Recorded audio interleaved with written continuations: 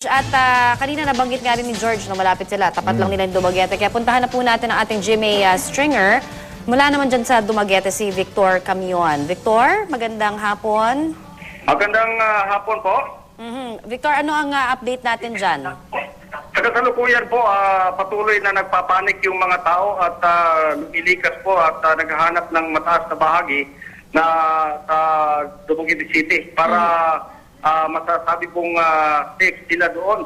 Kasi po, ito po'y nangyari matapos pong matanggap ang tsunami alert dito po sa coastal area ng Dumaguete City.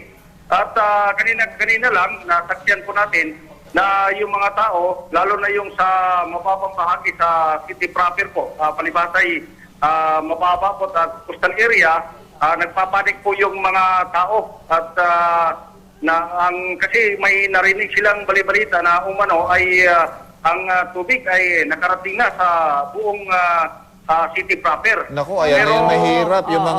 Yung mga kinakalat na maling impormasyon naman, o unconfirmed reports, ano? Opo. Pero anong balita dyan? Meron na bang ginagawa yung lokal na pamahalaan ninyo? Ano bang nakikita nating mga efforts nila dyan? Sa kasalukuyan po, tinicheck ang nalalaman po natin batay sa ating pagkuha ng ilang mga reaksyon po mula sa mga iba't ibang ahensya ng pamahalaan. Victor, Victor, excuse me lang ha. Victor, maputol kita sandali.